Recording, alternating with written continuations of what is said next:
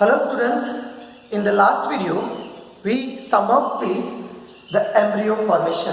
So how does the mature embryo looks like? When during the maturation of the embryo, the 8 nucleus will get rearrangement. During that they will form the cell wall on top of the nucleus. 2 nucleus out of the 8 nucleus will come in the middle and get fused with each other and make a one whole cell, that is called the central cell, and hence the central cell have 2 nucleus in that. Out of these 6, 3 will move towards the spheroidal end and they will form antipodal cells, whereas 3 will remain at the micropylon end. Out of those 3, 1 is egg cell, whereas 2 are called synergid cells. Those synergid cells will gradually develop a formation. That is called filiform apparatus. That filiform apparatus guide the pollen tube to enter into the synergid cell, where they will release the germ cells. Okay, so today we will understand the third pre-fertilization event, that is pollination. Before we understand the pollination process, we have to understand different types of flowers. Basically 2 types of flower, Chasmoglamus and Cleistogamous flower. Cleistogamous flowers are those flowers which will never get exposed.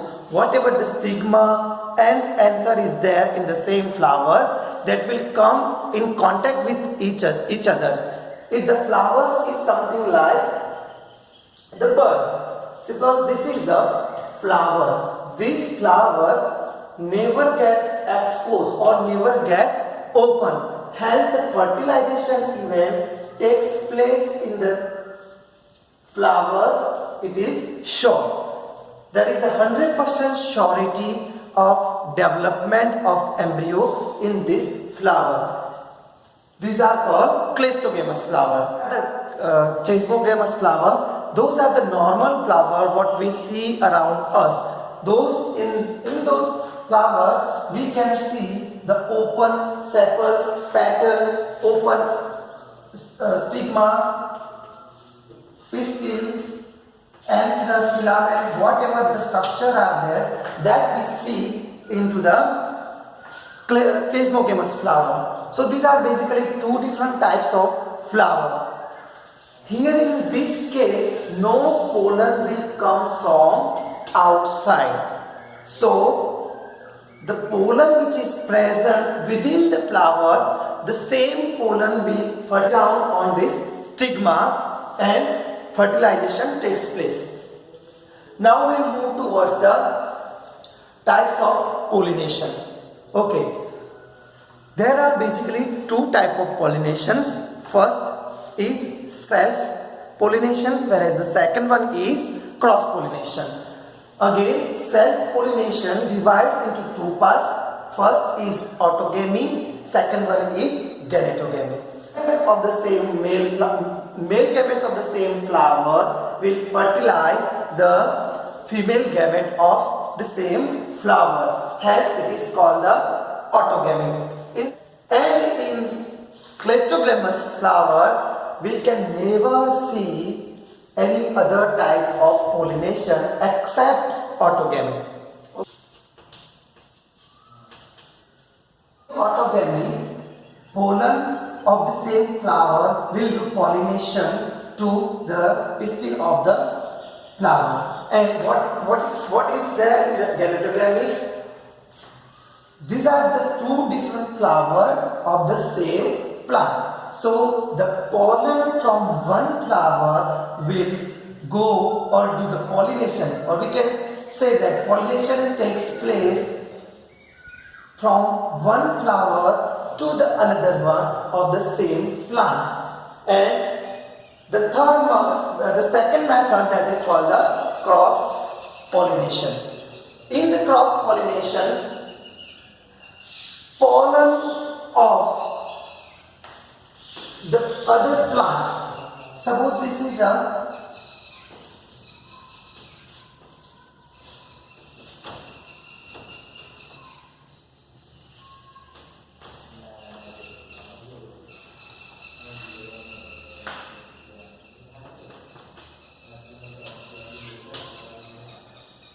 in the cross pollination, as you can see in this picture, this is the another plant. Pollen from this flower will go to the flower of other plant. Pollen from one plant will do pollination to the flower of different plant, but the plant must be of the same species. Okay. Now, why this thing takes place normally? Why can't this same flower cannot do the pollination, or why can't the same flower do autogamy or genetogamy? Okay, what genetogamy over here you can see, this is genetically, this one is a autogamy, and physically it is a cross pollination. Why? Because in this same flower are different of the same plant, so pollination it takes place between the two flowers. So physically it is the cross pollination from one flower to the another one. So genetogamy follows in the both categories. Genetically it is autogamy, and physically it is a xenogamy or allogamy. But here we in general we will talk about the genetic features. That's why we can say genetogamy is the kind of self-fertilization, self-pollination. Okay, in the cross-pollination, why this cross-pollination takes place? What factors are involved during the cross-pollination? Look at here. The plant or flower have certain mechanism in that they have the flower are unisexual. Okay. If the flower only have either a male part, or flower either have the female part, or they have only female part, then what will happen? They must need some other partner from the different plant. So one is the unisexuality. Second one over here is dichogamy. Male gametophyte will get developed either earlier to the female gametophyte or later to the female gametophyte. Maturity of the both female and male gamete is at different time. So the same flower cannot do the fertilization or pollination. So here in the dichogamy, if the male gametes will get earlier, male gametes will develop before the female gamete, that is called the protandry. Andry means androgen, something related with the male. So protandry, protandry. So we can pronounce like protandry. So it will be easy to understand. Protandry, the male gametes get developed before the female gamete. Whereas if the female gametes develops before the male gamete, then that is termed as the protogyny, as the gyne body is related with the females. Okay. Third one is hercogamy. What happened in that? There are some physical barriers against the male and female gametes, or in the flower. In the flower, what happened? Is just for the example, some leafy parts come in between of those stigma and anther. So the same flower cannot do fertilization, or same flower cannot do pollination within themselves. The fourth one is a self-sterility.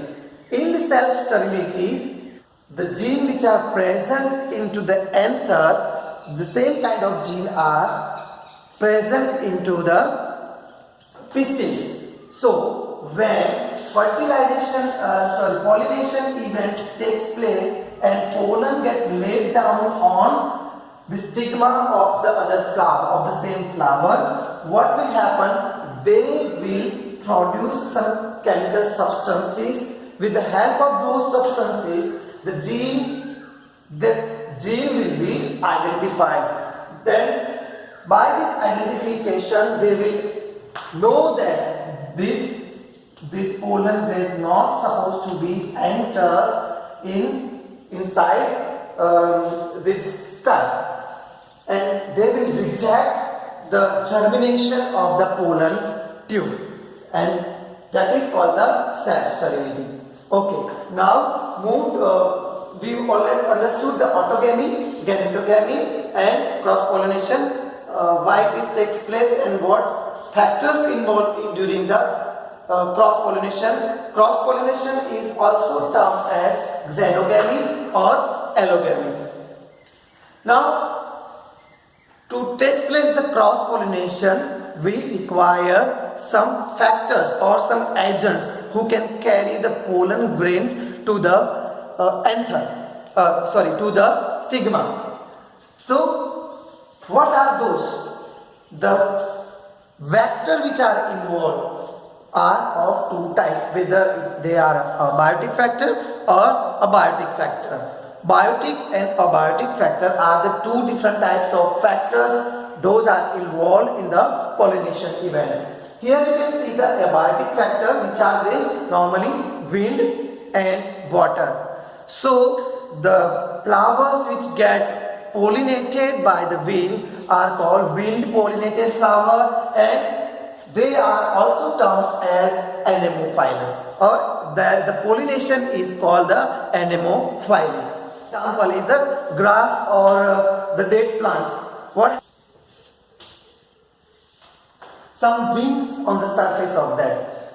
Because of this pollen can, by the help of wind, it can move from one place to another place and get transferred or get pollinated on the surface of the stigma.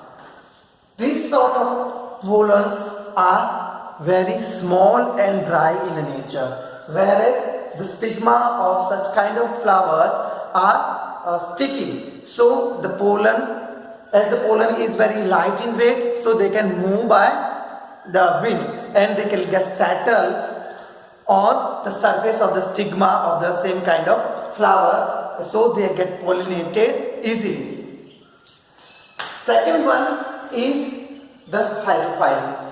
The pollination which takes place by water, or we can say the abiotic factor water is involved during the pollination, is called the hydrophyly. Again, the hydrophyly is of two types. One is epihydrophyly and second one is hypohydrophyly. Now, epihydrophyly is the example we can say that is Vallisneria. In the Vallisneria, that is epihydrophilous flower, what happened? Here suppose this plant are submerged into the water.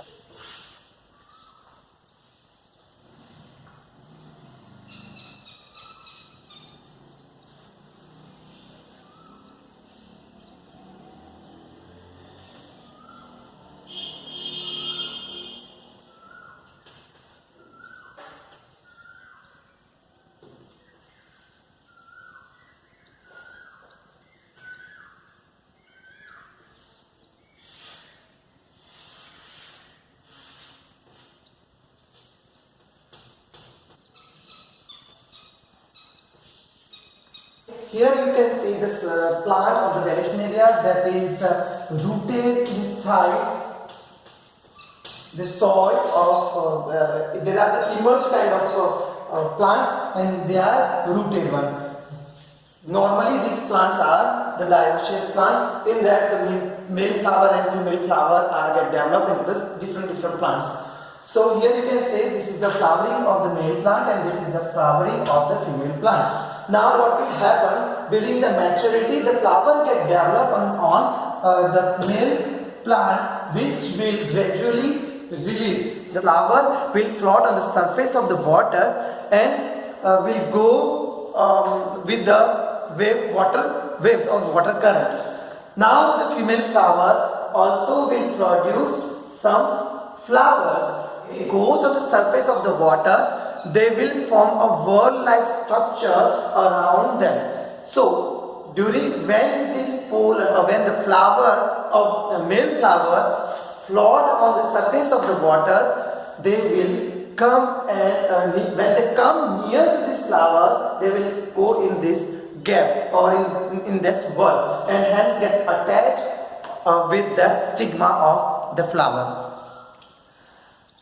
Now, pollination, here you can see the pollination takes place with the help of the water current, and the pollination took place on the surface of water epi, that means surface hydro, that is water, that is why it is called the epihydrophyly. And in the hypohydrophyly, hypo something related inside, hydrophyly, hydro is water. Suppose say for example these plants are Zostera plant. So this is the flower of Zostera plant. It's the male flower and it has released the pollen grain. This sort of grain, pollen grain, has got a specific gravity which is quite similar to the specific gravity of this medium. So this type of pollen grain will flow inside the water in the same pattern or at the same level. This pollen grain is a rod-like structure, having the rod-like structure. So when this pollen grain comes in with the flow of the water, in the water current, it comes in contact with this flower, it will bind to the pistil or to the stigma of the female plant. They will cover or wrap on the stigma of the female flower and the pollination takes place. Okay. So these are the abiotic factors involved in the pollination event, or the wind pollination is called the anemophily and the water pollination called the hydrophyly. Example of epihydrophilus is Vallisneria, whereas the example of the hypohydrophyly is Zostera. Now we will move towards the biotic factors which are involved in the cross pollination. In the biotic factor, normally animals are involved, so those are called the it is called the zoophily. In the zoophily, there are several different types of agents are involved. Suppose the pollination takes place by some insects, it is called the entomophily. Several different types of insects, those are in search of food or for the shelter or to lay down the eggs on the surface of or on the petals, between the petals of those flowers. In those insects are the agent or are the vector for the pollination, and this kind of pollination is called the entomophily. And there are some birds who are always in search of food. The pollen grain which get transferred or the pollination which takes place by the birds, it is called the ornithophily. Once the pollination event gets completed, the post-pollination event will takes place. During the post-pollination event, the pollen tube will get germinated from the pores of the germ pores of the pollen grain.